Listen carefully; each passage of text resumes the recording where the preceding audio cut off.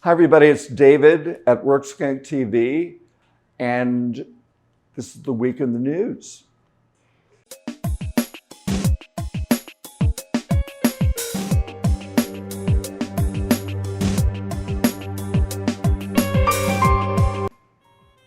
Oh God, we've heard this so many times before.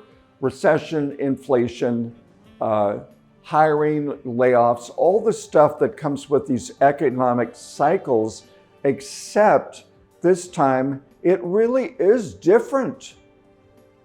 This time, if we kind of like Pavlovian animals do the same thing, there will be a big price to pay.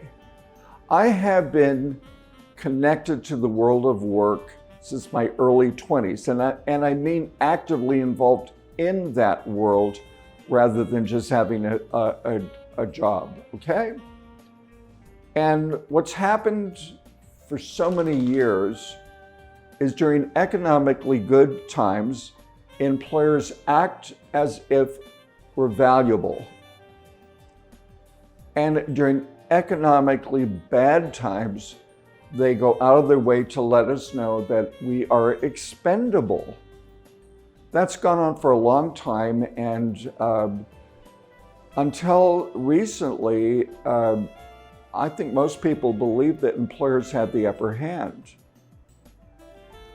But the reason this time it's different is that we have a recession, we have inflation. Oh, and in my humble opinion, all of that is simply paying for the pandemic. You know, the pandemic cost a lot of lives. It made many lives go into great sorrow and depression and PTSD.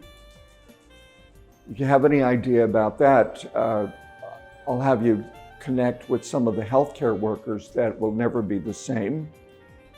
I'll suggest that you take a look at teachers who, right now, we have a 20% departure of teachers from the last 3 years because of the way we made them feel.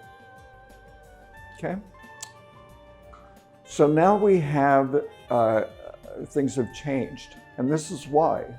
When we lock people up for 2 years and we remind them every day of their mortality, things are going to change. And in the first year, I believe personally, if the pandemic had ended by the first year, we would not be having this conversation. But by the end of the second year, people had indeed changed. This is what it looks like. They realized that they didn't have to do wasteful things with their time. They realized that being frenzied all the time cheapens one's life. Many of us realized at a deeper level that time is precious. There are no do-overs with time. I had my record producer drop dead of a heart attack 3 weeks after I got a record contract, and that disruption led to this work, okay? It's like the worst thing that could have happened became the best thing. It's taken years to cop to that one.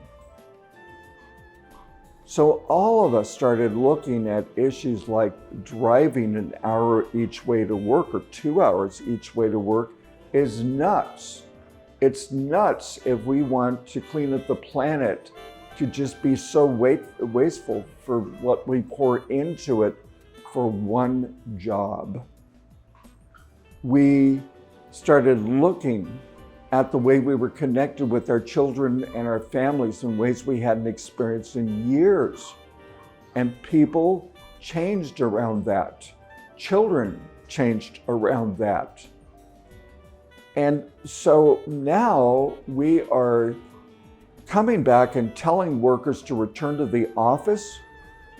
Our offices are next door to Sony Music, and they're supposed to be coming back, and right now I think maybe 1 out of 10 Because when we're making these announcements, people are quitting.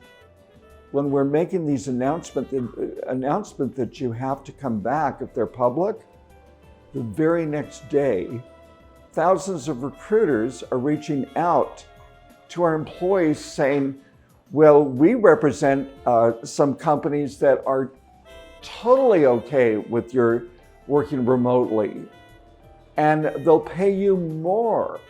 And if you look at their reputation for their culture, you'll see that they might be a better place to work. That is reality today, and who could have imagined that? We were distracted. The last big hurrah for white-collar, task-based work was 2006. That's 16 years ago.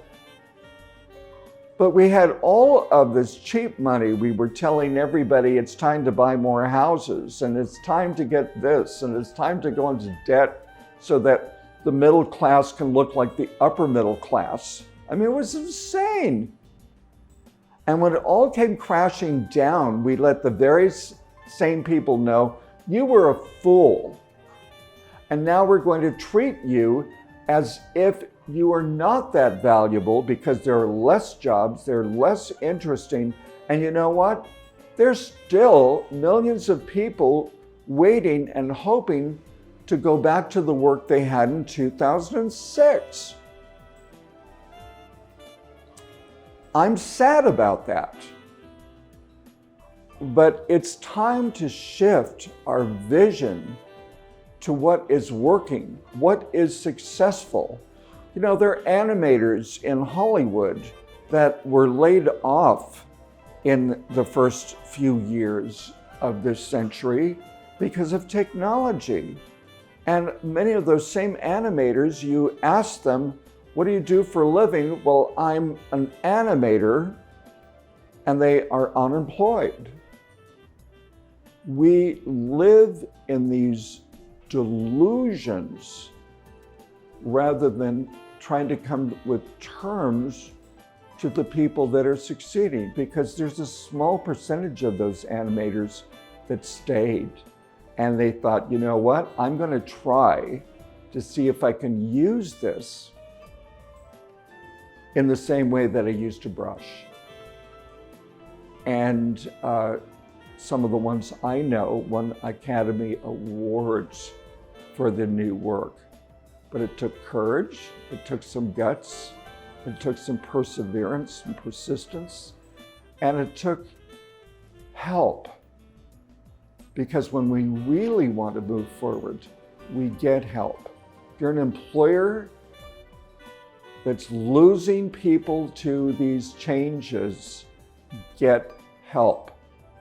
Find people who are succeeding, employers who are succeeding in this new world, not the ones that are complaining about the same thing. If you're a worker that wants to move past the old world of work, get help. Because we learn nothing of value by studying dysfunction. We look at the animators who are winning Academy Awards and how did they get there. We will learn more from that in 1 hour than we do looking at all the people that are in the same miserable boat that we are. So this time it is different. And this time, don't assume that the old ways that we used to rely on to get people to do our bidding, they're gone. And what's new is far better. If you'd like to get more news and more tips and more information and access to learning, hit the subscribe button right now. And if you want to get a world of learning and mindset development, join workskunk.com. Everything that we give you is available without paying a cent. See you soon.